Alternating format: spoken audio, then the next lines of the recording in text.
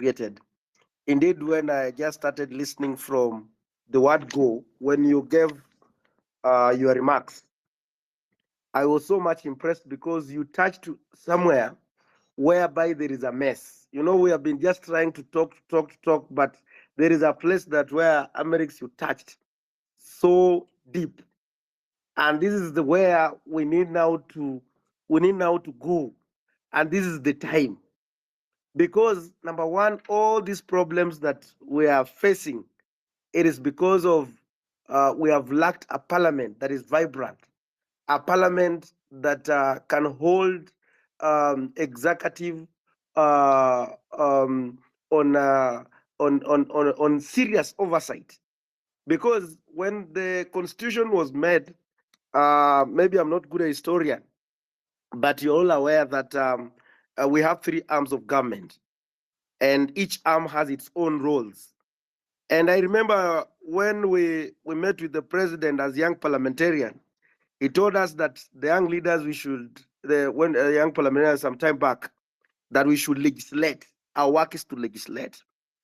But so surprisingly, you find like if there is a controversial bill that has to go through, you will find like the members you meet with, like you remember last time we had people like Narama, they had made a deliberation position that I'm going to vote no. But the moment these guys they are called in the parliament, in the state house, when they come back from the state house, everything has changed. And that is why there is a point where you say that we need a referendum, a constitutional referendum, whereby we can separate the presidency. We cannot have a parliament that is an extended hand of an executive. Recently, you saw what had just happened as a procedure of the House. We never have, we're not used to have, we always have the House business.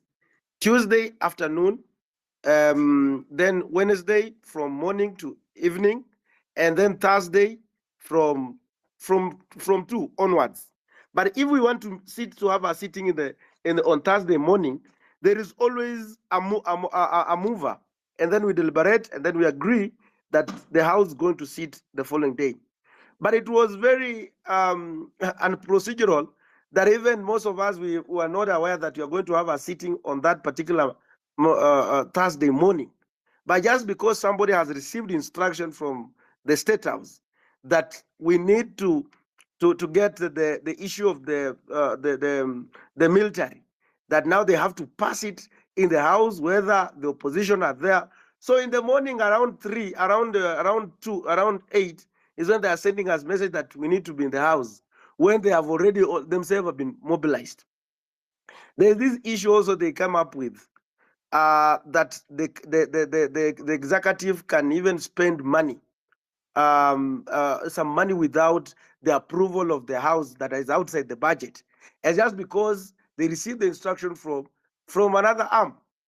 There is another one that the government can go ahead and borrow money even without there's a figure, without even notifying external borrowing, without notifying even the parliament. So you note that there is a problem, and this problem must be sorted out. There is no independence in the parliament. And that is why I just asked Americs to request me to come in so that I can also explore, because we are there, like with the first time MP. Sometimes you will ask yourself, why are we not even be able to not to speak in the House?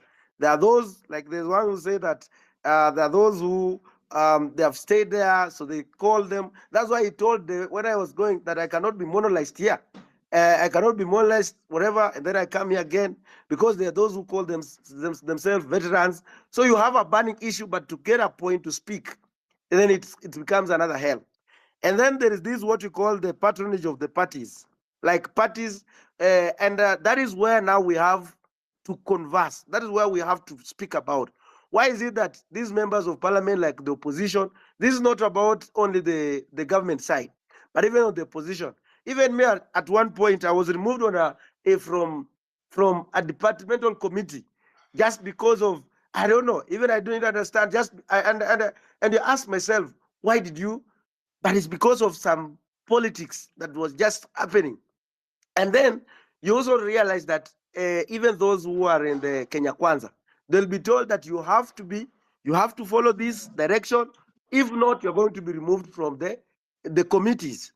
So that is where we need also to have a conversation. Who gives the powers to nominate members into specific committees? And I want to also thank the LSK.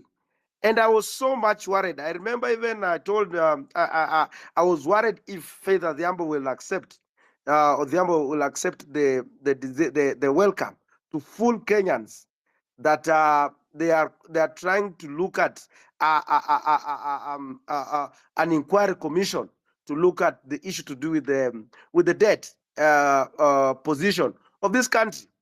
And I want to tell you that there is a report that was done, and this report was done by there is a committee that is there, is a select committee called the Public Debt Committee that is mandated to look at the debts of a country. So when I heard about the president talking about that, he's forming an inquiry commission, when I've never heard about. Yes. Go on. Yes. When I heard about him saying that he has formed an inquiry commission to go and look at this, that when we already have a report that implicated that the Eurobond money never came into this country, and people were paid, by the way, were paid. And so, again, what is really, that's why for those who have heard me speaking even on public rallies in public, I ask myself a question. I'm not a good historian, but in 2013, I wasn't so much into politics. I was still in school, and I used to hear people like Thuge, where the Kamau Thuge were the PS of the finance by that time, very powerful PS. We had people like Narotich were there, Henry Rotich were the CS of finance. We had people like Njuguna Ndungu, who was the central governor of the central bank. And so the same people, when the money from the Eurobond got lost, are the same people that have been rewarded these jobs as the economic advisors. They are the same people that now they are holding bigger positions in terms of holding the finances of this country. You ask yourself, there is what you call the Auditor General, and we also have the board of that governs the central bank of Kenya. Ask yourself, who is auditing the central bank? And that is being run by few people. But now the auditor cannot even audit the central bank, and yet that is the work. So those are the things that I think as the highlights of this, because this nation lies in your hands. And I'm happy that you have studied the dynamics of the politics of this country. That if we come and raise one person, say that this is our leader, then this person is going to suffer, will be under intimidation, will be bribing, will be all sorts of manner of, so that to make sure that the movement dies at a go. So when you, and that is why I want all of you to remain with that slogan. And I'm happy that most of the members, you are mark timing each member. And I'm happy even Boniface Mengu was trying to do, you are able to bring him on board and tells him this is the direction that we want. I've heard about people like Robert Alai, being called on order. You have to make a position. You don't need to have someone to come and discourage the people, because these people, they're under, and again, you remember the last Finance Act of the Finance Bill, or the Finance Act of 2023. In the House, there is what you call the Business House Committee. The Business House Committee is the one that is mandated to give members on the business that are going to come into the House to be discussed. It is so much unfortunate that even it is unpredictable. If someone wants to pin you down, they will tell you that we are going to vote, like last time.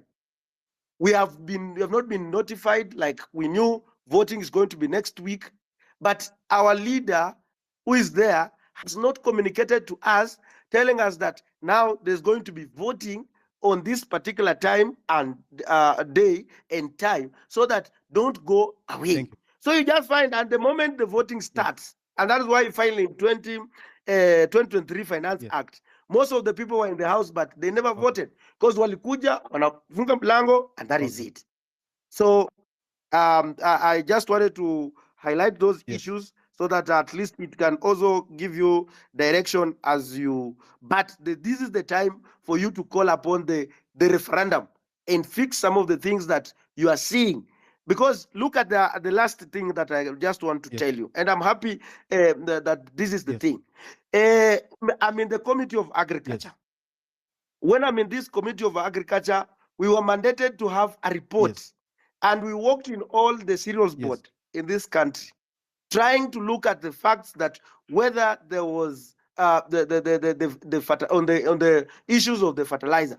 And indeed, the report that we came up with, that there was a mess. The soil that were being sold to the Kenyans, the issue of the scandal of fertilizer.